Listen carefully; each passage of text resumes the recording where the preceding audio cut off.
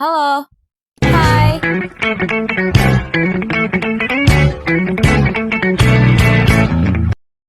Bonus, come now give it to us all that money. Super bonuses, we work so hard, it's not funny. It's time to celebrate, let's have a ball. Assalamualaikum warahmatullahi wabarakatuh. Halo semuanya, welcome back to my YouTube channel. Aku Sally Aprilia Damayanti dengan NPM A1C024054.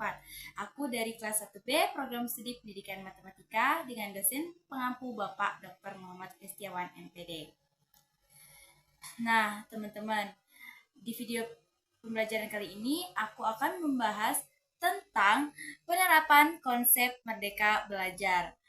Nah, pendidikan di Indonesia sering dianggap terlalu kaku, guru dan siswa dianggap kurang leluasa dalam belajar dan mengajar.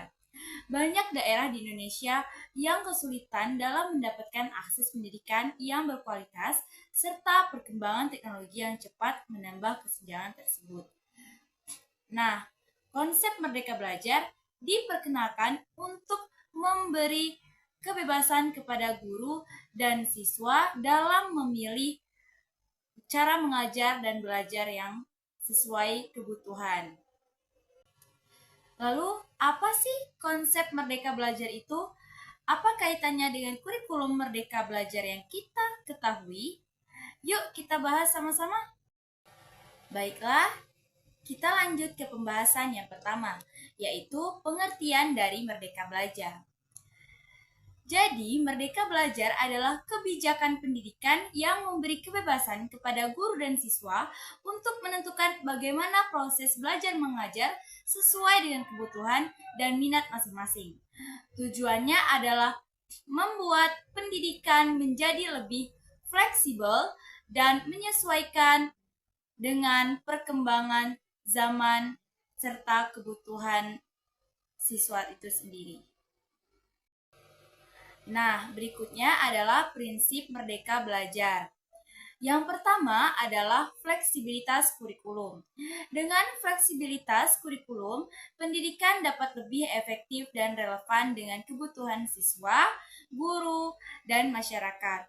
Yang kedua adalah penilaian yang berfokus pada kompetensi siswa, yaitu proses menilai kemampuan dan pengetahuan siswa dalam mencapai standar kompetensi yang telah ditentukan. Ini berarti penilaian tidak hanya melihat hasil akhir, tapi juga proses belajar siswa dan bagaimana mereka mencapai hasil tersebut.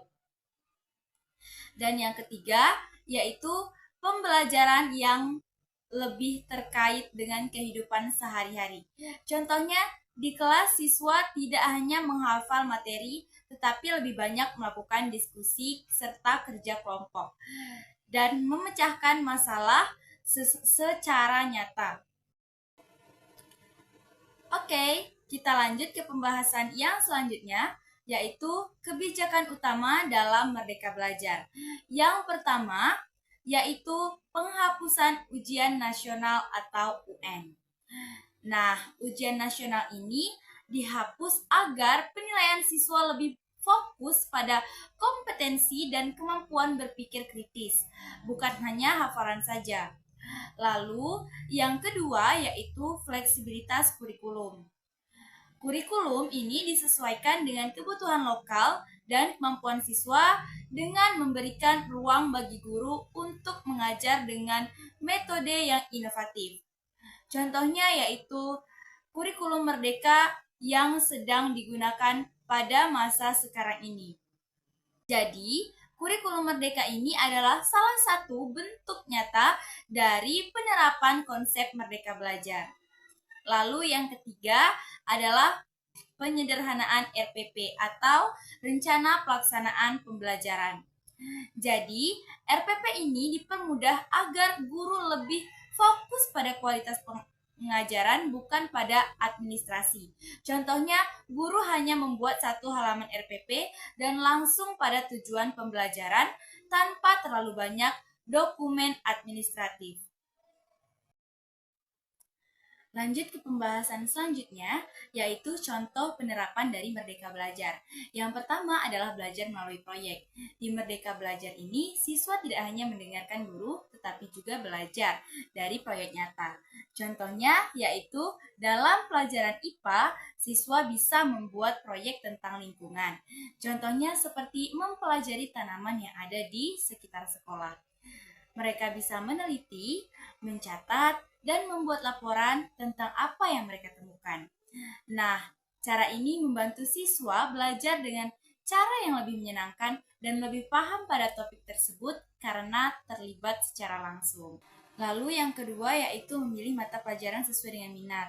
Siswa diberi kesempatan untuk memilih pelajaran yang mereka minati. Misalnya jika ada siswa yang suka dengan teknologi, mereka bisa memilih pelajaran komputer atau robotik. Sementara siswa yang lebih suka seni bisa memilih pelajaran musik atau melukis. Jadi, siswa bisa belajar hal-hal yang sesuai dengan bakat dan minat mereka. Lalu yang ketiga adalah belajar online. Nah, dengan Merdeka Belajar, siswa bisa belajar tidak hanya di kelas. Mereka juga bisa belajar dari rumah melalui platform pembelajaran online. Ini memungkinkan siswa untuk mengulang pelajaran yang belum mereka pahami kapan saja dan di mana saja. Lalu, kita lanjut yang keempat, penilaian yang lebih bervariasi. Di dalam Merdeka Belajar ini, ujian bukan hanya satu-satunya cara untuk menilai siswa. Guru bisa menilai siswa melalui berbagai cara, seperti membuat proyek, melakukan presentasi, atau menulis cerita. Misalnya dalam pelajaran sejarah, siswa bisa membuat video tentang peristiwa sejarah daripada hanya mengerjakan soal pilihan ganda. Ini membuat penilaian yang lebih adil dan sesuai dengan kemampuan siswa. Lalu yang kelima, yaitu belajar di luar kelas. Siswa juga bisa belajar langsung dari lingkungan sekitarnya. Misalnya dalam pelajaran biologi, siswa bisa diajak pergi ke taman atau ke kebun untuk melihat langsung berbagai jenis tanaman dan juga hewan. Cara ini membuat pelajaran lebih menarik dan lebih mudah dipahami karena siswa melihat secara langsung apa yang mereka pelajari di dalam buku.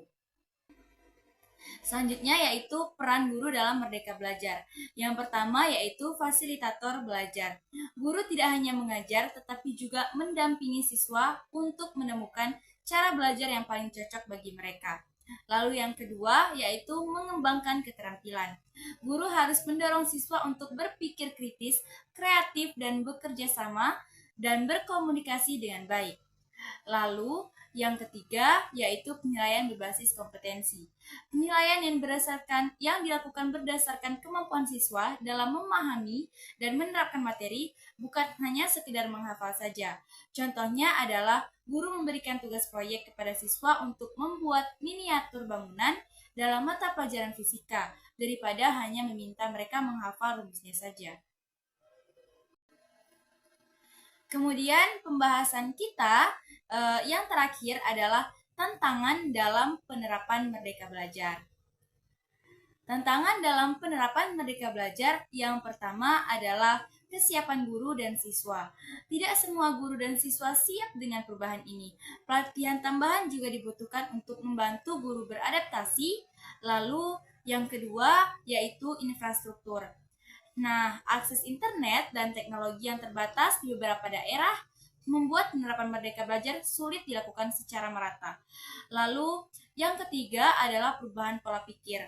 Sekolah, orang tua, dan masyarakat perlu memahami bahwa tujuan pendidikan bukan hanya angka di dalam raport, tetapi pengembangan keterampilan dan potensi diri.